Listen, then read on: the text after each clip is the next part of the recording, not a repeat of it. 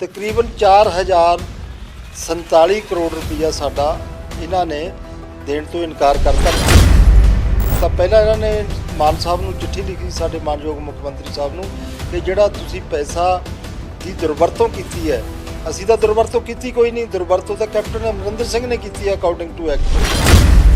Captain Amarinder Singh ਨੇ ਵਾਅਦਾ ਕਰਿਆ ਸੀ ਕਿ ਮੈਂ ਸਾਰੇ ਕਿਸਾਨਾਂ ਦਾ ਸਾਰਾ ਕਰਜ਼ਾ ਭਾਵੇਂ ਉਹ ਆੜ੍ਹਤੀਆਂ ਦਾ, ਚਾਹੇ ਸਰਕਾਰੀ ਬੈਂਕਾਂ ਦਾ, ਚਾਹੇ ਕੋਆਪਰੇਟਿਵ ਸੁਸਾਇਟੀਆਂ ਦਾ, ਮੈਂ ਮਾਫ ਕਰੂੰਗਾ, ਜਿਹੜਾ ਕਿ ਟੋਟਲ 92-93 ਹਜ਼ਾਰ ਕਰੋੜ ਰੁਪਈਆ ਬਣ ਗਿਆ।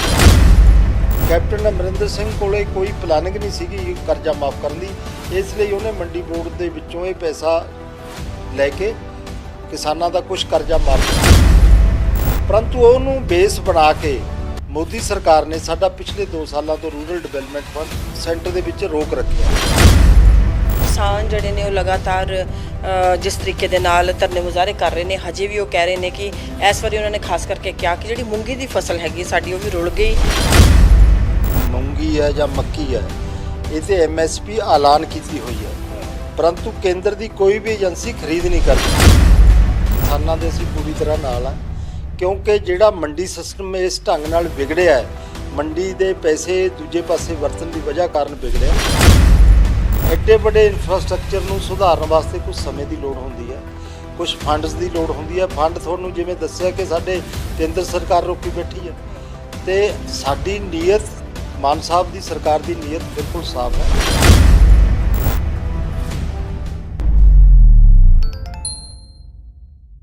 ਸਤਿ ਸ਼੍ਰੀ ਅਕਾਲ ਜੀ, ਤੁਸੀਂ ਦੇਖ ਰਹੇ ਹੋ D5 ਚੈਨਲ ਪੰਜਾਬੀ। RDF ਦਾ ਰੌਲਾ ਲਗਾਤਾਰ ਪਿਆ ਹੋਇਆ ਹੈ। ਸੈਂਟਰ ਨੇ, ਕੇਂਦਰ ਸਰਕਾਰ ਨੇ RDF ਜਿਹੜਾ ਰੂਰਲ ਡਿਵੈਲਪਮੈਂਟ ਫੰਡ ਜਿਹੜਾ ਹੈ ਉਹਦੀ ਕਿਸ਼ਤ ਦੇਣ ਤੋਂ ਇਨਕਾਰ ਕਰ ਦਿੱਤਾ ਹੈ।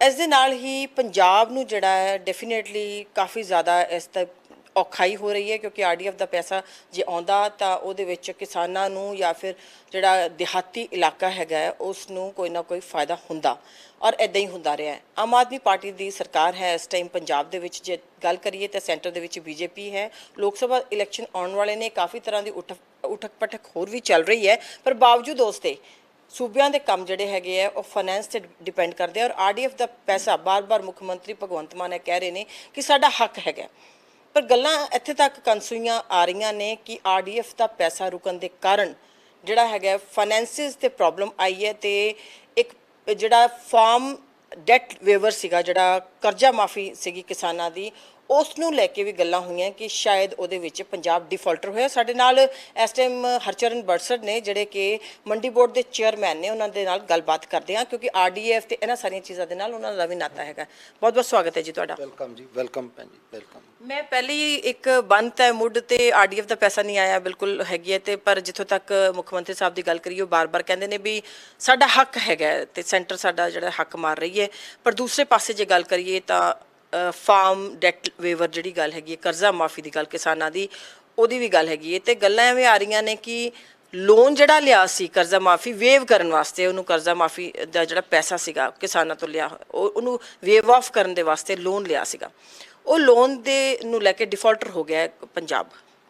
ਦੇਖੋ ਮੈਡਮ, ਗੱਲ ਇਹ ਹੈ ਜਿਹੜਾ ਰੂਰਲ ਡਿਵੈਲਪਮੈਂਟ ਫੰਡ ਹੈ RDF ਜਿਹਨੂੰ ਤੁਸੀਂ ਬੋਲ ਰਹੇ ਹੋ, ਇਹ ਪੰਜਾਬ ਦਾ ਹੀ ਪੈਸਾ ਹੈ। ਪੰਜਾਬ ਦੇ ਕਿਸਾਨਾਂ ਦੀ ਜਿਹੜੀ ਫਸਲ ਵਿਕਦੀ ਹੈ ਉਹਦੇ ਵਿੱਚੋਂ 3% ਦੇ ਹਿਸਾਬ ਨਾਲ ਇਹ ਕੱਟਿਆ ਜਾਂਦਾ ਹੈ, ਔਰ ਇਸੇ ਤਰ੍ਹਾਂ ਜਿਹੜੀ ਸਾਡੀ ਮਾਰਕੀਟ ਫੀਸ ਹੈ ਉਹ ਵੀ ਕਿਸਾਨਾਂ ਦੇ ਜਿਹੜੀ ਫਸਲ ਵਿਕਦੀ ਹੈ, ਜਿਹੜਾ ਖਰੀਦਦਾਰ ਹੈ ਉਹ ਤੋਂ ਅਸੀਂ ਉਹ ਮਾਰਕੀਟ ਫੀਸ ਵੀ ਲੈਂਦੇ ਹਾਂ ਤੇ ਰੂਰਲ ਡਿਵੈਲਪਮੈਂਟ ਫੰਡ ਵੀ ਲੈਂਦੇ ਹਾਂ।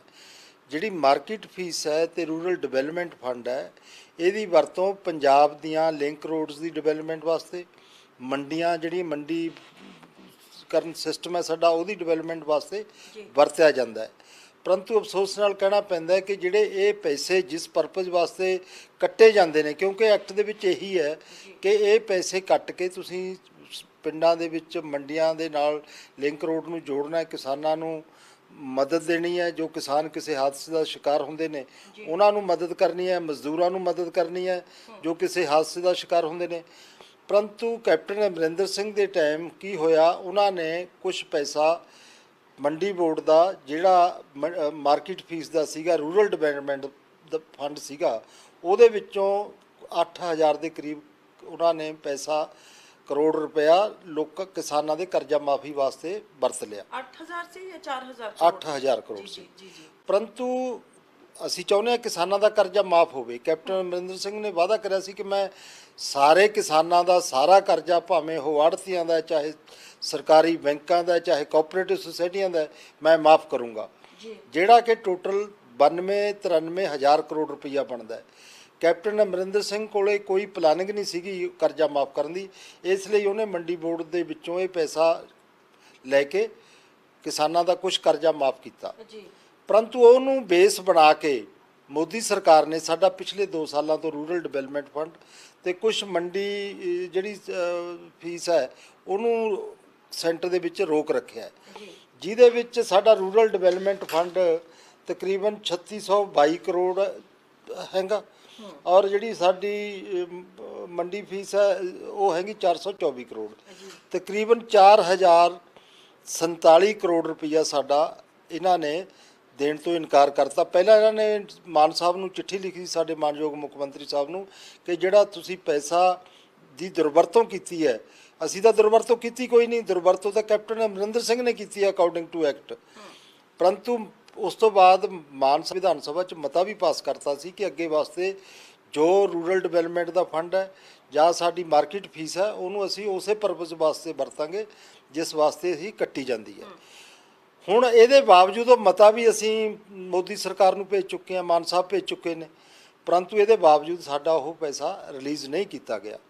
ਹੁਣ ਸਾਡੇ ਮਾਨਯੋਗ ਮੁੱਖ ਮੰਤਰੀ ਸਾਹਿਬ ਨੇ ਸੁਪਰੀਮ ਕੋਰਟ ਦੇ ਵਿੱਚ, ਕਿਉਂਕਿ ਆਖਰੀ ਸਾਡੇ ਕੋਲ ਉਹੀ ਜਗ੍ਹਾ ਬਚ ਜਾਂਦੀ ਹੈ, ਕਈ ਵਾਰ ਅਮਿਤ ਸ਼ਾਹ ਜੀ ਨੂੰ, ਖੇਤੀਬਾੜੀ ਮੰਤਰੀ ਨੂੰ, ਮੋਦੀ ਸਾਹਿਬ ਨੂੰ ਬੇਨਤੀਆਂ ਕੀਤੀਆਂ ਕਿ ਸਾਡਾ ਰੂਰਲ ਡਿਵੈਲਪਮੈਂਟ ਦਾ ਫੰਡ ਦਿੱਤਾ ਜਾਵੇ, ਮਾਰਕੀਟ ਫੀਸ ਜਿਹੜੀ ਤੁਹਾਡੇ ਕੋਲ ਪੈਂਡਿੰਗ ਪਈ ਆ ਰਿਲੀਜ਼ ਕੀਤੀ ਜਾਵੇ, ਪਰੰਤੂ ਉਹਨਾਂ ਨੇ ਨਹੀਂ ਕੀਤੀ। ਪਿਛਲੇ 4 ਕਿਸ਼ਤਾਂ ਸ਼ਾਇਦ ਆਰਡੀਐਫ ਦੀਆਂ ਨਹੀਂ ਆਈਆਂ, ਪਿਛਲੀ ਕਨਜ਼ੀਕਿਊਟਿਵ 4 ਕਿਸ਼ਤਾਂ। ਉਹਦੇ ਨਾਲ ਹੀ ਮੁੱਖ ਮੰਤਰੀ ਸਾਹਿਬ ਨੇ ਜਦੋਂ 2 ਦਿਨਾਂ ਹੁਣੇ ਇਜਲਾਸ ਹੋਇਆ ਸੀਗਾ ਵਿਧਾਨ ਸਭਾ ਦਾ, ਉਹਦੇ ਵਿੱਚ ਵੀ ਕਿਹਾ ਸੀ ਕਿ ਸਾਡਾ ਆਰਡੀਐਫ ਦਾ ਪੈਸਾ ਜਿਹੜਾ ਹੈਗਾ ਰੂਰਲ ਡਿਵੈਲਪਮੈਂਟ ਫੰਡ ਜਿਹੜਾ ਹੈ ਉਹ ਰੋਕ ਰੱਖਿਆ ਹੈ ਸੈਂਟਰ ਨੇ, ਔਰ ਉਹਦੇ ਬਾਅਦ ਜੇ ਉਹ ਸਾਨੂੰ ਨਹੀਂ ਦੇਗੀ ਸੈਂਟਰ ਤੇ ਡੈਫੀਨੇਟਲੀ ਅਸੀਂ ਸੁਪਰੀਮ ਕੋਰਟ ਵੱਲ ਮੂਵ ਕਰਾਂਗੇ, ਕਿਉਂਕਿ ਇਸ ਤੋਂ ਪਹਿਲੇ ਵੀ ਜਦੋਂ ਵੀ ਕੋਈ ਵੀ ਅੜਿੱਕਾ ਆਇਆ ਤਾਂ ਅਸੀਂ ਸੁਪਰੀਮ ਕੋਰਟ ਤੋਂ ਰਾਹਤ ਲਿੱਤੀ ਹੈ।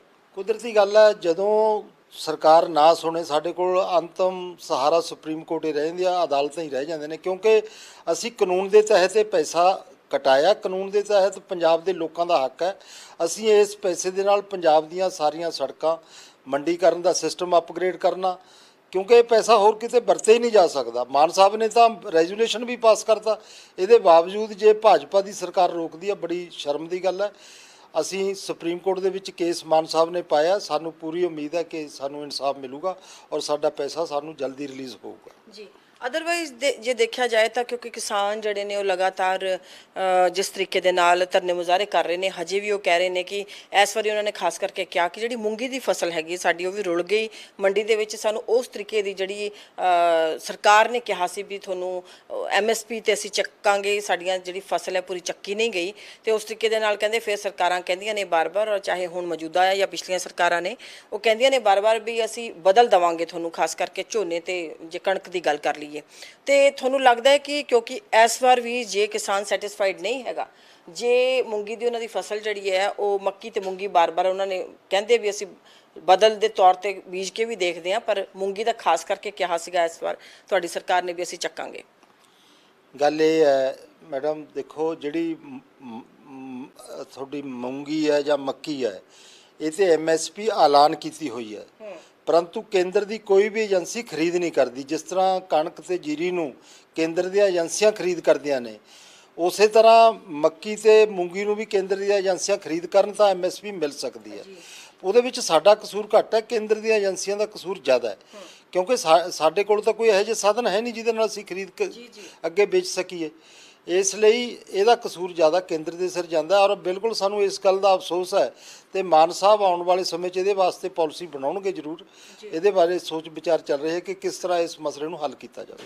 ਸਾਡਾ ਜੇ ਦੇਖਿਆ ਜਾਏ ਤਾਂ ਪੰਜਾਬ ਦੀ ਗੱਲ ਕਰ ਲਈਏ ਜਾਂ ਹਰਿਆਣੇ ਦੀ ਗੱਲ ਕਰ ਲਈਏ, ਕਿਉਂਕਿ ਐਮਐਸਪੀ ਇੱਥੇ ਹੀ ਜ਼ਿਆਦਾਤਰ ਜਿਹੜੀ ਦਿੱਤੀ ਜਾਂਦੀ ਹੈ। ਖੁੱਲੀ ਮੰਡੀ ਬਾਕੀ ਜਗ੍ਹਾ ਕਾਫੀ ਜਗ੍ਹਾ ਹੈਗੀ ਹੈ, ਤੇ ਕਿਤੋਂ ਨਾ ਕਿਤੇ ਜਿਹੜੀ ਬਾਰ-ਬਾਰ ਜਿਹੜਾ ਵਾਰ ਵੀ ਜਿਹੜਾ ਪੰਜਾਬ ਤੇ ਹੁੰਦਾ ਰਿਹਾ ਇਸ ਚੀਜ਼ ਨੂੰ ਲੈ ਕੇ, ਕਿਸਾਨ ਜਿਹੜੇ ਨੇ ਉਹ ਫਿਰ ਸਾਹਮਣੇ ਵੀ ਖੜੇ ਹੋ ਜਾਂਦੇ, ਪਰ ਹੁਣ ਹਾਲਾਤ ਜਿਹੜੇ ਨੇ ਬਿਲਕੁਲ ਡਿਫਰੈਂਟ ਹੁੰਦੇ ਚਲੇ ਜਾ ਰਹੇ ਹੈ। ਤੇ ਉਸ ਤਰੀਕੇ ਦੇ ਨਾਲ ਤੁਹਾਨੂੰ ਕੀ ਲੱਗਦਾ ਹੈ ਕਿ ਆਉਣ ਵਾਲੇ ਦਿਨਾਂ ਦੇ ਵਿੱਚ ਕੀ ਪੰਜਾਬ ਜਿਹੜਾ ਹੈ ਕਿਸਾਨੀ ਮੰਡੀ ਬੋਰਡ, ਕਿਉਂਕਿ ਸਭ ਤੋਂ ਜ਼ਿਆਦਾ ਮੰਡੀਆਂ ਦਾ ਜਿਹੜਾ ਸਿਸਟਮ ਹੈਗਾ ਉਹ ਸਭ ਤੋਂ ਸਟਰੋਂਗ ਸਿਸਟਮ ਮੰਨਿਆ ਜਾਂਦਾ ਸੀਗਾ ਪੰਜਾਬ ਤੇ ਹਰਿਆਣਾ ਦੋਨਾਂ ਦੇ ਵਿੱਚ, ਔਰ ਪੰਜਾਬ ਦੇ ਵਿੱਚ ਖਾਸ ਕਰਕੇ ਕਿਉਂਕਿ ਪੰਜਾਬ ਨੇ ਸਾਰੇ ਦੇ ਸਾਰੇ ਦੇਸ਼ ਨੂੰ ਕਿਸੇ ਟਾਈਮ ਤੇ ਖਵਾਇਆ। ਮੈਡਮ, ਪੰਜਾਬ ਦਾ ਮੰਡੀ ਸਿਸਟਮ ਅੱਜ ਵੀ ਪੂਰੇ ਹਿੰਦੁਸਤਾਨ 'ਚ ਸਭ ਤੋਂ ਵਧੀਆ ਮੰਡੀ ਸਿਸਟਮ ਹੈ। ਜ਼ਰੂਰ ਪਿਛਲੇ ਸਮੇਂ 'ਚ ਕੁਝ ਘਾਟਾਂ ਪਿਛਲੀਆਂ ਸਰਕਾਰਾਂ ਦੀ ਵਜ੍ਹਾ ਕਾਰਨ ਰਹੀਆਂ ਨੇ, ਉਹਨਾਂ ਨੂੰ ਅਸੀਂ ਦੂਰ ਕਰਨ ਦਾ ਯਤਨ ਕਰ ਰਹੇ ਹਾਂ, ਔਰ ਬਹੁਤ ਜਲਦੀ ਅਸੀਂ ਕਾਫੀ ਸਾਰੀਆਂ ਮੰਡੀਆਂ ਨੂੰ ਆਨਲਾਈਨ ਜਿਹੜੀ ਖਰੀਦ ਪਰਚੇਜ ਵਾਸਤੇ ਜੋੜ ਰਹੇ ਹਾਂ, ਤਾਂ ਕਿ ਉਹਨੂੰ ਈ ਨੇਮ ਕਹਿੰਦੇ ਨੇ, ਤਾਂ ਕਿ ਉਹਦੇ ਨਾਲ ਬਾਹਰਲੇ ਵਪਾਰੀ ਵੀ ਪੰਜਾਬ ਦੇ ਵਿੱਚੋਂ ਆ ਕੇ ਵਧੀਆ ਢੰਗ ਦੇ ਨਾਲ ਖਰੀਦ ਫਰੋਖਤ ਕਰ ਸਕਣ।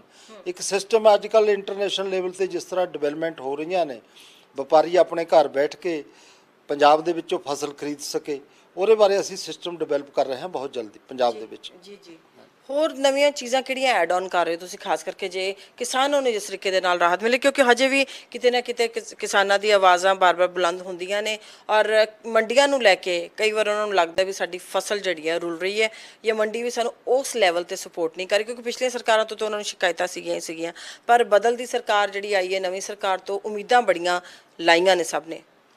ਅਸੀਂ ਬਿਲਕੁਲ ਇਸ ਗੱਲ ਨਾਲ ਸਹਿਮਤ ਹਾਂ, ਕਿਸਾਨਾਂ ਦੇ ਅਸੀਂ ਪੂਰੀ ਤਰ੍ਹਾਂ ਨਾਲ ਹਾਂ, ਕਿਉਂਕਿ ਜਿਹੜਾ ਮੰਡੀ ਸਿਸਟਮ ਇਸ ਢੰਗ ਨਾਲ ਵਿਗੜਿਆ ਹੈ, ਮੰਡੀ ਦੇ ਪੈਸੇ ਦੂਜੇ ਪਾਸੇ ਵਰਤਣ ਦੀ ਵਜ੍ਹਾ ਕਾਰਨ ਵਿਗੜਿਆ।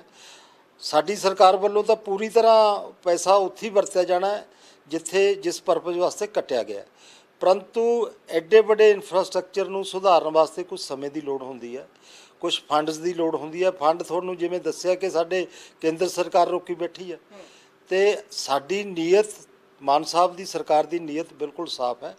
ਅਸੀਂ ਚਾਹੁੰਦੇ ਹਾਂ ਕਿ ਮੰਡੀ ਸਿਸਟਮ ਨੂੰ ਡਿਵੈਲਪ ਕਰੀਏ ਔਰ ਇੰਨਾ ਵਧੀਆ ਬਣਾਈਏ ਤਾਂ ਕਿ ਸਾਰੇ ਲੋਕਾਂ ਨੂੰ ਵਾਜਬ ਫਸਲਾਂ ਦੇ ਮੁੱਲ ਮਿਲ ਸਕਣ, ਮਜ਼ਦੂਰਾਂ ਨੂੰ ਪ੍ਰੋਪਰ ਮਜ਼ਦੂਰੀ ਮਿਲ ਸਕੇ, ਔਰ ਵਪਾਰੀਆਂ ਨੂੰ ਵੀ ਸੌਖ ਰਹੇ ਸਾਰੀ ਖਰੀਦ ਪਰਚੇਜ ਕਰਨ 'ਚ। ਅਸੀਂ ਤਾਂ ਉਸ ਵਾਸਤੇ ਲੱਗੇ ਹਾਂ। ਮੈਂ ਤੁਹਾਨੂੰ ਇੱਕ ਛੋਟੀ ਜਿਹੀ ਗੱਲ ਦੱਸਦਾ, ਬੜੇ ਅਫਸੋਸ ਦੀ ਗੱਲ ਹੈ, ਆਹ ਬਿਲਕੁਲ ਨਾਲ ਮੰਡੀ ਭਵਨ ਦੇ ਲਗਮੀ ਮੰਡੀ ਬਣੀ ਹੋਈ ਹੈ, ਸਬਜ਼ੀ ਮੰਡੀ ਤੇ ਫਰੂਟ ਮੰਡੀ। ਇਹ ਮੰਡੀ 2014 'ਚ ਬਣ ਕੇ ਤਿਆਰ ਹੋਈ ਸੀ, 12 ਏਕੜ ਦੇ ਵਿੱਚ ਇਹ ਮੰਡੀ ਬਣੀ ਹੋਈ ਹੈ, ਇੰਟਰਨੈਸ਼ਨਲ ਲੈਵਲ ਦੀ ਮੰਡੀ ਹੈ। ਤੁਸੀਂ ਦੇਖੋ 2014 ਤੋਂ ਬਾਅਦ 2023 ਆ ਗਿਆ, ਪਿਛਲੇ 9 ਸਾਲ ਤੋਂ ਇਹ ਮੰਡੀ ਦੇ ਲੋਕ ਲੱਗੇ ਹੋਏ ਸੀ, ਮੈਂ ਖੁਲਵਾਏ ਨੇ ਆ ਕੇ। ਇਸ ਮੰਡੀ 'ਚ ਕਿਸੇ ਨੇ ਕੋਈ ਧਿਆਨ ਨਹੀਂ ਦਿੱਤਾ। ਹੁਣ ਅਸੀਂ ਇਸ ਮੰਡੀ ਨੂੰ ਚਾਲੂ ਕਰਨ ਜਾ ਰਹੇ ਹਾਂ। 129 ਦੁਕਾਨਾਂ ਨੇ ਇਸ ਮੰਡੀ ਦੇ ਵਿੱਚੋਂ, ਕਰੋੜਾਂ ਰੁਪਏ ਦਾ ਜਿਹੜਾ ਮਾਰਕੀਟ ਫੀਸ ਸਾਨੂੰ ਆਉਣੀ ਸੀਗੀ, ਸਿਰਫ ਪਿਛਲੀਆਂ ਸਰਕਾਰਾਂ ਦੀ ਗਲਤੀ ਦੀ ਵਜ੍ਹਾ ਕਾਰਨ ਨਹੀਂ ਆ ਸਕੀ। ਅੱਜ ਉਹੀ ਫੀਸ 26 ਸੈਕਟਰ ਦੀ ਮਾਰਕੀਟ ਜਿਹੜੀ ਮੰਡੀ ਹੈ ਉੱਥੇ ਜਾਂਦੀ ਰਹੀ ਹੈ। ਹੁਣ ਅਸੀਂ ਇਹਨੂੰ ਚਾਲੂ ਕਰ ਰਹੇ ਹਾਂ, ਕੁਝ ਦੁਕਾਨਾਂ ਵਿਕੀਆਂ ਨੇ, ਹੋਰ ਵਿਕ ਜਾਣਗੀਆਂ। 129 ਦੁਕਾਨਾਂ ਨੇ, 29 ਦੁਕਾਨਾਂ ਨੇ। ਮੈਂ ਤਾਂ ਆੜ੍ਹਤੀ ਭਰਾਵਾਂ ਨੂੰ ਕਹਿਣਾ ਕਿ ਆਉਣ ਮਾਡਰਨ ਮੰਡੀ ਦੇ ਵਿੱਚ ਆ ਕੇ ਆਪਣਾ ਵਪਾਰ ਕਰਨ, ਤਾਂ ਕਿ ਪੰਜਾਬ ਨੂੰ ਮਾਰਕੀਟ ਫੀਸ ਦਾ ਵੀ ਫਾਇਦਾ ਹੋਵੇ, ਪੰਜਾਬ ਤਰੱਕੀ ਕਰੇ। ਜੀ, ਮਿਡਲਮੈਨ ਦਾ ਜਿਹੜਾ ਵਿਚੋਲੀਆਂ ਦਾ ਬਹੁਤ ਜ਼ਿਆਦਾ ਖਪਖਪਾਈ ਜੀ ਰਹਿੰਦੀ ਸੀ ਹਮੇਸ਼ਾ, ਉਸ ਦੇ ਨਾਲ ਵੀ ਕਿਸਾਨ ਕਾਫੀ ਪਰੇਸ਼ਾਨ ਹੁੰਦਾ ਰਿਹਾ। ਆੜ੍ਹਤੀਏ ਜਿਹੜੇ ਸੀਗੇ ਉਹ ਆਪਣੇ ਤਰੀਕੇ ਨਾਲ ਉਹ ਕਰਦੇ, ਕਈ ਵਾਰੀ ਉੱਥੇ ਫਸਲ ਵੀ ਜਿਹੜੀ ਰੁਲ ਜਾਂਦੀ ਹੈ, ਨਮੀ ਦੇਖੀ ਜਾਂਦੀ ਹੈ, ਬਹੁਤ ਸਾਰੀਆਂ ਚੀਜ਼ਾਂ, ਦਾਣੇ ਦੀ ਨਮੀ ਦੇਖੀ ਜਾਂਦੀ ਹੈ, ਬਹੁਤ ਕੁਝ ਦੇਖਿਆ ਜਾਂਦਾ, ਮੋਇਸਚਰ ਲੈਵਲ ਤੇ ਵੀ ਕਈ ਵਾਰੀ ਕਿਸਾਨ ਨੂੰ ਘੱਟ ਵੱਧ ਹੋ ਜਾਂਦੀ ਹੈ। ਉਹਦਾ ਤੁਸੀਂ ਕੀ ਕਰ ਰਹੇ ਹੋ, ਕਿਉਂਕਿ ਇਸ ਤੋਂ ਵੀ ਕਾਫੀ ਪਰੇਸ਼ਾਨੀ ਕਿਸਾਨਾਂ ਨੂੰ ਹਮੇਸ਼ਾ ਹੁੰਦੀ ਰਹੀ ਹੈ। ਦੇਖੋ, ਜਿੱਥੇ ਤੱਕ ਆੜ੍ਹਤੀਆਂ ਦਾ ਸਵਾਲ ਹੈ, ਆੜ੍ਹਤੀ ਫੈਸਿਲੀਟੇਟ ਕਰਦੇ ਨੇ ਕਿਸਾਨਾਂ ਨੂੰ ਆਪਣੀ ਫਸਲ ਵੇਚਣ ਵਾਸਤੇ ਤੇ ਵਪਾਰੀਆਂ ਨੂੰ ਫਸਲ ਖਰੀਦਣ ਵਾਸਤੇ, ਉਹਦੇ ਬਦਲੇ ਉਹ ਕੁਝ ਕਮਿਸ਼ਨ ਲੈਂਦੇ ਨੇ। ਪਰੰਤੂ ਅਸੀਂ ਦੋਨੋਂ ਪ੍ਰੋਸੀਜਰ ਚਲਾ ਰਹੇ ਹਾਂ, ਆੜ੍ਹਤੀ ਵੀ ਆਪਣਾ ਕੰਮ ਕਰਨ ਤੇ ਨਾਲ ਆਨਲਾਈਨ ਵੀ ਜੇ ਕੋਈ ਪਰਚੇਜ਼ ਕਰਨਾ ਚਾਹੁੰਦਾ, ਉਹਦੇ ਬਾਰੇ ਮੈਂ ਤੁਹਾਨੂੰ ਹੁਣੇ ਦੱਸ ਕੇ ਹਟਿਆ ਕਿ ਅਸੀਂ ਸਾਰੀਆਂ ਮੰਡੀਆਂ 'ਚ ਸਿਸਟਮ ਇੰਸਟਾਲ ਕਰ ਰਹੇ ਹਾਂ, ਜਿਹਦੇ ਨਾਲ ਫਸਲ ਦੀ ਨਮੀ ਤੋਂ ਲੈ ਕੇ, ਕੁਆਲਿਟੀ ਤੋਂ ਲੈ ਕੇ, ਉਹਦੀ ਜਿਹੜੀ ਆਪਣਾ ਤੋਲ ਤੋਂ ਲੈ ਕੇ ਐਵਰੀਥਿੰਗ ਆਨਲਾਈਨ ਹੋਊਗਾ ਤੇ ਸਾਰਾ ਕੈਮਰੇ ਦੀ ਨਿਗਰਾਨੀ 'ਚ ਹੋਊਗਾ। ਉਹ ਅਸੀਂ ਸਿਸਟਮ ਡਿਵੈਲਪ ਕਰ ਰਹੇ ਹਾਂ ਤਾਂ ਕਿ ਕੋਈ ਕਲਕੱਤੇ ਬੈਠਾ ਵਪਾਰੀ ਵੀ ਪੰਜਾਬ ਦੀ ਕਿਸੇ ਮੰਡੀ 'ਚੋਂ ਕੋਈ ਫਸਲ ਖਰੀਦਣੀ ਚਾਹੁੰਦਾ, ਆਰਾਮ ਨਾਲ ਖਰੀਦ ਸਕੇ। ਤੇ ਜਿੱਥੋਂ ਵੀ ਜੋ ਵੀ ਸਿਸਟਮ ਨੂੰ ਡਿਵੈਲਪ ਕਰਨ ਦੀ ਲੋੜ ਆ, ਅਸੀਂ ਉਹਦੇ ਵਾਸਤੇ ਕਾਫੀ ਵੱਡਾ ਪਲਾਨ ਬਣਾਇਆ, ਉਹਨੂੰ ਅਸੀਂ ਇੰਪਲੀਮੈਂਟ ਕਰ ਰਹੇ ਹਾਂ ਬਹੁਤ ਜਲਦੀ। ਪਰ ਜਿਹੜੀ ਗੱਲ ਤੁਸੀਂ ਕਰ ਰਹੇ ਕਿ ਆਨਲਾਈਨ ਕੋਈ ਵੀ ਚਾਹੇ ਕਲਕੱਤੇ ਬੰਬੇ ਜਾਂ ਜਿੱਥੇ ਕੋਈ ਬੈਂਗਲੌਰ ਬੈਠਾ ਹੈ, ਕੋਈ ਵਪਾਰੀ ਉਹ ਡਾਇਰੈਕਟ ਜਿਹੜਾ ਹੈਗਾ ਆਨਲਾਈਨ ਮੰਡੀ ਚੋਂ ਫਸਲ ਚੁੱਕ ਸਕਦਾ ਹੈ, MSP ਮਿਲੇਗੀ, ਉਸ ਤੇ ਕੋਈ ਪ੍ਰੋਬਲਮ ਤਾਂ ਨਹੀਂ ਆਏਗੀ ਕਿਸਾਨ ਨੂੰ? ਉਹ ਜੋ ਸਾਡਾ ਰੂਲਸ ਨੇ, ਜੋ ਸਾਡਾ ਉਹ ਸਾਰਾ ਕੁਝ ਆਨਲਾਈਨ ਹੋਊਗਾ ਤੇ ਸਾਰਾ ਅਕੋਰਡਿੰਗ ਟੂ ਰੂਲਸ ਹੋਊਗਾ, ਕੋਈ ਕਿਸੇ ਨਾਲ ਧੋਖਾ ਨਹੀਂ ਹੋ ਸਕੂਗਾ ਉਹਦੇ ਵਿੱਚ, ਕਿਉਂਕਿ ਸਿਸਟਮ ਇਦਾਂ ਡਿਵੈਲਪ ਕਰਨੇ ਕਿ ਫਸਲ ਵਿਕ ਕੇ ਡਿਸਪੋਜ਼ ਹੋਣ ਤੋਂ ਪਹਿਲਾਂ ਪੈਸੇ ਅਗਲੇ ਦੇ ਖਾਤੇ 'ਚ ਪੈਣਗੇ। ਜੀ ਜੀ ਜੀ ਜੀ ਜੀ ਉਹਦੇ ਵਿੱਚ ਕੋਈ ਦਿੱਕਤ ਨਹੀਂ ਆਊਗੀ ਕਿਸੇ ਨੂੰ। ਜੀ ਹਰਚਰਨ ਬੜਸਰ ਜੀ, ਮੈਂ ਤੁਹਾਡੇ ਤੋਂ ਆਖਰੀ ਸਵਾਲ ਪੁੱਛਦੀ ਹਾਂ। ਜੇ ਕਿਤੇ ਜਿਹੜਾ ਸੁਪਰੀਮ ਕੋਰਟ ਤੁਸੀਂ ਕੇਸ ਲਾਇਆ RDF ਵਾਸਤੇ, ਖਾਸ ਕਰਕੇ ਸਿੱਧੀ ਕੇਂਦਰ ਦੇ ਨਾਲ ਟੱਕਰ ਹੈ, ਔਰ ਇਸ ਟਾਈਮ ਤਾਂ ਬਹੁਤ ਸਾਰੀਆਂ ਥਾਵਾਂ ਤੇ ਵਿਸ਼ਿਆਂ ਤੇ ਤੁਸੀਂ ਕੇਂਦਰ ਦੇ ਨਾਲ ਟਕਰਾ ਰਹੇ ਹੋ ਜੇ ਗੱਲ ਕਰੀਏ ਤਾਂ, ਔਰ ਅੱਗੇ ਵੀ ਜਿਹੜੀ ਹੈਗੀ ਹੈ ਲੋਕ ਸਭਾ ਜਿਹੜੀਆਂ ਚੋਣਾਂ ਵੀ ਖੜੀਆਂ, ਤੇ ਜੇ ਕਿਤੇ, ਕਿਉਂਕਿ ਹੁਣ ਥੋੜਾ ਟਾਈਮ ਰਹਿ ਗਿਆ, ਉਹਦੇ ਬਾਅਦ ਚੋਣ ਜ਼ਾਬਤੇ ਵੀ ਲੱਗ ਜਾਣੇ ਆ, ਕੋਰਟਾਂ ਦੇ ਵਿੱਚ ਕੇਸ ਜਾਣ ਤੇ ਹਮੇਸ਼ਾ ਲੰਮੇ ਹੀ ਹੋ ਨਿਬੜਦੇ ਹੈ, ਬਹੁਤ ਲੰਮੀਆਂ ਗੱਲਾਂ ਚਲੇ ਜਾਂਦੀਆਂ ਨੇ, ਤੁਹਾਨੂੰ ਲੱਗਦਾ ਕਿ ਕੋਈ ਰਾਹਤ ਜਿਹੜੀ ਹੈ ਖਾਸ ਕਰਕੇ ਪੰਜਾਬ ਨੂੰ ਇਸ ਮਾਮਲੇ 'ਚ ਮਿਲੇਗੀ? ਕਿਉਂਕਿ ਪੰਜਾਬ ਸਰਕਾਰ ਦੀ ਗੱਲ ਨਹੀਂ ਹੈ, ਕਿਸਾਨਾਂ ਦੀ ਗੱਲ ਹੈ। ਦੇਖੋ, ਪੰਜਾਬ ਦੀ ਜਿਹੜੀ ਇਕਨੋਮੀ ਹੈ ਕਿਸਾਨੀ ਨਾਲ ਜੁੜੀ ਹੋਈ ਹੈ, ਸਾਡਾ ਸਾਰਾ ਖੇਤੀਬਾੜੀ 'ਤੇ ਨਿਰਭਰ ਹੈ ਪੰਜਾਬ। ਜਿਸ ਢੰਗ ਦੇ ਨਾਲ ਮੋਦੀ ਸਾਹਿਬ ਦੀ ਸਰਕਾਰ ਨੇ ਕਿਸਾਨਾਂ ਨਾਲ ਧੋਖਾ ਕੀਤਾ ਹੈ, ਭਾਵੇਂ 3 ਕਾਲੇ ਕਾਨੂੰਨ ਵਾਪਸ ਲੈ ਲਏ, ਪਰੰਤੂ ਜੋ ਕੇਸ ਕਿਸਾਨਾਂ 'ਤੇ ਦਰਜ ਹੋਏ ਸੀ ਕੋਈ ਕੇਸ ਵਾਪਸ ਨਹੀਂ ਲਿਆ, ਔਰ ਕਿਸਾਨਾਂ ਨੂੰ ਕੋਈ ਮੁਆਵਜ਼ਾ ਨਹੀਂ ਦਿੱਤਾ। ਸਾਡੀ ਹਮਦਰਦੀ ਕਿਸਾਨਾਂ ਦੇ ਨਾਲ ਹੈ, ਔਰ ਮੋਦੀ ਸਰਕਾਰ ਨੇ ਸਿਰਫ ਪੰਜਾਬ ਦੇ ਨਾਲ ਧੱਕਾ ਕਰਨ ਵਾਸਤੇ ਇਹ ਕਾਰਵਾਈਆਂ ਪਾਈਆਂ ਨੇ। ਦੂਸਰਾ, ਉਹਨਾਂ ਨੇ ਸਾਡਾ RDF ਰੋਕ ਲਿਆ। ਤੀਸਰਾ, ਆ ਹੁਣ ਹੜ੍ਹ ਆਏ ਨੇ, ਇੱਕ ਲਫ਼ਜ਼ ਮੋਦੀ ਸਾਹਿਬ ਦੇ ਮੂੰਹੋਂ ਨਹੀਂ ਬੋਲਿਆ ਗਿਆ ਕਿ ਪੰਜਾਬ ਦੇ ਲੋਕਾਂ ਦਾ ਨੁਕਸਾਨ ਹੋ ਰਿਹਾ ਹੈ, ਪੰਜਾਬ ਨੂੰ ਕੋਈ ਸਪੈਸ਼ਲ ਪੈਕੇਜ ਦੇਵੇ, ਕੁਛ ਨਹੀਂ ਦਿੱਤਾ। ਔਰ ਇਸ ਤੋਂ ਵੱਧ ਵੀ ਗੱਲ ਇਹ ਹੈ ਕਿ ਪੰਜਾਬ ਦੇ ਸਾਡੇ ਜਿਹੜੇ ਲੋਕ ਨੇ ਉਹ ਅੱਜ ਮੋਦੀ ਦਾ ਵਿਰੋਧ ਕਰਨ ਵਾਸਤੇ ਤਿਆਰ ਬੈਠੇ ਨੇ, ਮੋਦੀ ਸਰਕਾਰ ਦਾ ਵਿਰੋਧ ਕਰਨ ਵਾਸਤੇ ਤਿਆਰ ਬੈਠੇ ਨੇ। ਮੈਂ ਪੰਜਾਬ ਦੇ ਭਾਜਪਾਈਆਂ ਨੂੰ ਪੁੱਛਣਾ ਚਾਹੁੰਦਾ ਹੈ ਕਿ ਘੱਟੋ ਘੱਟ ਫੀਲਡ 'ਚ ਆਉਣ ਤੋਂ ਪਹਿਲਾਂ ਸਾਡੇ RDF ਬਾਰੇ, ਜਾਂ ਸਾਡੇ ਕਿਸਾਨਾਂ ਨੂੰ ਜਿਹੜਾ ਕੇਸ ਦਰਜ ਹੋਏ ਨੇ ਉਹਨਾਂ ਬਾਰੇ, ਜਾਂ ਸਾਡੇ ਕੋਈ ਹੋਰ ਮਸਲੇ ਨੇ ਉਹਨਾਂ ਬਾਰੇ ਕਿਉਂ ਨਹੀਂ ਬੋਲਦੇ ਹੈਗੇ? ਪਰ ਜਿੱਥੋਂ ਤੱਕ ਤੁਸੀਂ ਹੜ੍ਹਾਂ ਦੀ ਗੱਲ ਕੀਤੀ ਹੈ, ਤੇ ਜਿਹੜੇ ਪੰਜਾਬ ਦੇ ਨਵੇਂ ਬਣੇ ਪ੍ਰਧਾਨ ਨੇ, ਖਾਸ ਕਰਕੇ ਭਾਜਪਾ ਦੀ ਜੇ ਮੈਂ ਗੱਲ ਕਰਾਂ, ਜਾਖੜ ਸਾਹਿਬ, ਉਹ ਤਾਂ ਕਹਿ ਰਹੇ ਨੇ ਕਿ 218 ਕਰੋੜ ਰੁਪਏ ਜਿਹੜਾ ਉਹ ਰਿਲੀਫ ਦਿੱਤਾ ਹੜ੍ਹਾਂ ਨੂੰ ਲੈ ਕੇ ਇਸ ਟਾਈਮ, ਜਿਹੜਾ ਸਡਨਲੀ ਬਿਲਕੁਲ ਇੰਸਟੈਂਟ ਦਿੱਤਾ ਜਾ ਸਕਦਾ ਸੀ। ਤੁਸੀਂ ਦੇਖੋ, ਇਹਨਾਂ ਦੇ ਦੋਗਲੀਆਂ ਗੱਲਾਂ ਨੇ। ਜਾਖੜ ਸਾਹਿਬ ਸਿਰਫ ਹੁਣ ਕਹਿ ਰਹੇ ਸੀ, ਇੱਕ ਪਾਸੇ ਉਹ ਬਿਆਨ ਦਿੰਦੇ ਨੇ ਇੰਨਾ ਦਿੱਤਾ, ਪੈਸਾ ਤਾਂ ਕੋਈ ਆਇਆ ਨਹੀਂ ਹਾਲੇ ਤੱਕ ਵੀ, ਝੂਠ ਬੋਲਦੇ ਨੇ। ਦੂਸਰੀ ਗੱਲ, ਸਾਡੇ ਚੰਡੀਗੜ੍ਹ ਦੇ ਵਿੱਚੋਂ 10-12 ਏਕੜ ਜ਼ਮੀਨ ਹਰਿਆਣੇ ਨੂੰ ਦੇਣ ਵਰਦੇ, ਚੰਡੀਗੜ੍ਹ ਪੰਜਾਬ ਦਾ ਜ਼ਮੀਨ ਉਹ ਕਿਸ ਤਰ੍ਹਾਂ ਦੇ ਸਕਦੇ ਨੇ ਗਵਰਨਰ ਸਾਹਿਬ? ਸਾਡੇ ਜਿਹੜੇ ਰੈਜ਼ੋਲੂਸ਼ਨ ਪਾਏ ਨੇ ਗਵਰਨਰ ਸਾਹਿਬ, ਉਹਨਾਂ ਦੇ ਦਸਤਖਤ ਨਹੀਂ ਕਰ ਰਹੇ, ਮਾਨ ਸਾਹਿਬ ਹੁਣ ਉਹਦੇ ਬਾਰੇ ਕਲੀਅਰ ਕਰਨਗੇ। ਮਤਲਬ ਹਰ ਪਾਸੇ BJP ਬੇਸ਼ਰਮੀ ਦੇ ਨਾਲ ਪੰਜਾਬ ਨਾਲ ਡੀਲ ਕਰ ਰਹੀ ਹੈ, ਜਿਹੜਾ ਬਤਰੇਈ ਮਾਂ ਵਾਲਾ ਸਲੂਕ ਹੈ, ਔਰ ਮੈਂ ਸਮਝਦਾ ਇਹ ਦੇਸ਼ ਵਾਸਤੇ ਗਲਤ ਹੈ, ਮੋਦੀ ਸਾਹਿਬ ਨੂੰ ਨਹੀਂ ਕਰਨਾ ਚਾਹੀਦਾ। ਔਰ ਪਿਛਲੇ ਲੰਮੇ ਸਮੇਂ ਤੋਂ ਇਹ ਵਰਤਾਅ ਚੱਲ ਰਿਹਾ ਹੈ, ਜੋ ਪਹਿਲਾਂ ਹੁੰਦਾ ਰਿਹਾ ਉਹੀ ਹੁਣ ਮੋਦੀ ਸਾਹਿਬ ਕਰ ਰਹੇ ਨੇ। ਅਸੀਂ ਇਹਦੀ ਨਿਖੇਧੀ ਵੀ ਕਰਦੇ ਹਾਂ, ਔਰ ਆਸ ਕਰਦੇ ਹਾਂ ਕਿ ਸਮੇਂ ਦੀ ਨਜ਼ਾਕਤ ਨੂੰ ਸਮਝਦੇ ਹੋਏ ਸਾਡਾ ਪੰਜਾਬ ਨਾਲ ਇਨਸਾਫ ਕਰਨ, ਕਿਉਂਕਿ ਨਹੀਂ ਤਾਂ 2024 ਦੀਆਂ ਚੋਣਾਂ 'ਚ ਮੋਦੀ ਸਾਹਿਬ ਦਾ ਬਿਸਤਰਾ ਪੰਜਾਬ ਦੇ ਲੋਕਾਂ ਨੇ ਗੋਲ ਕਰਨਾ ਹੀ ਕਰਨਾ। ਬਹੁਤ ਬਹੁਤ ਧੰਨਵਾਦ ਜੀ। ਵੈਲਕਮ ਜੀ, ਸਾਰੇ ਸਰੋਤਿਆਂ ਦਾ ਧੰਨਵਾਦ।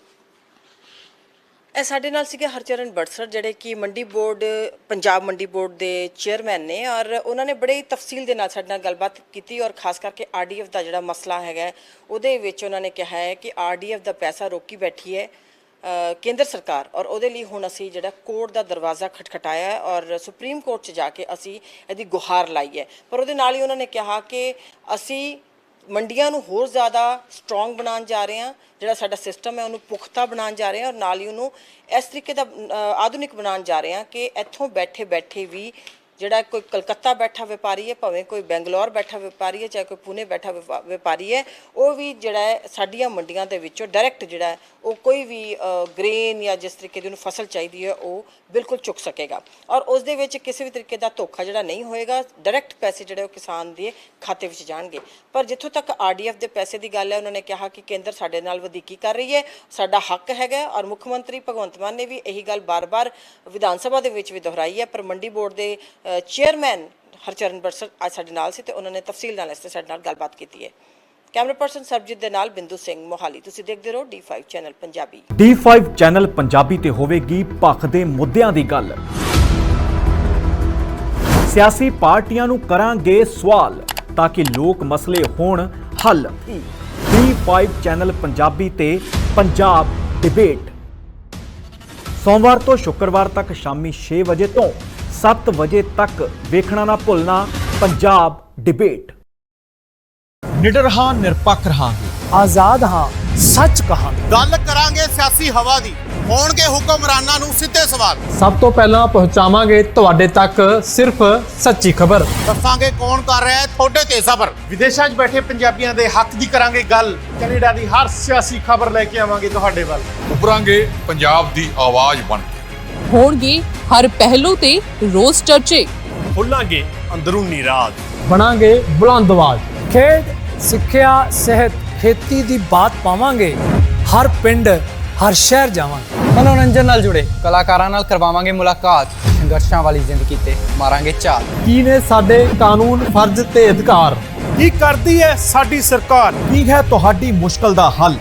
D5 ਚੈਨਲ ਪੰਜਾਬੀ ਦੀ ਕਚਹਿਰੀ 'ਚ ਹੋਵੇਗੀ सिर्फ लोकां दी गल। धर्म, धरोहर, सेहत और संस्कृति की होगी बात। अब D5 चैनल हिंदी भी होगा सर।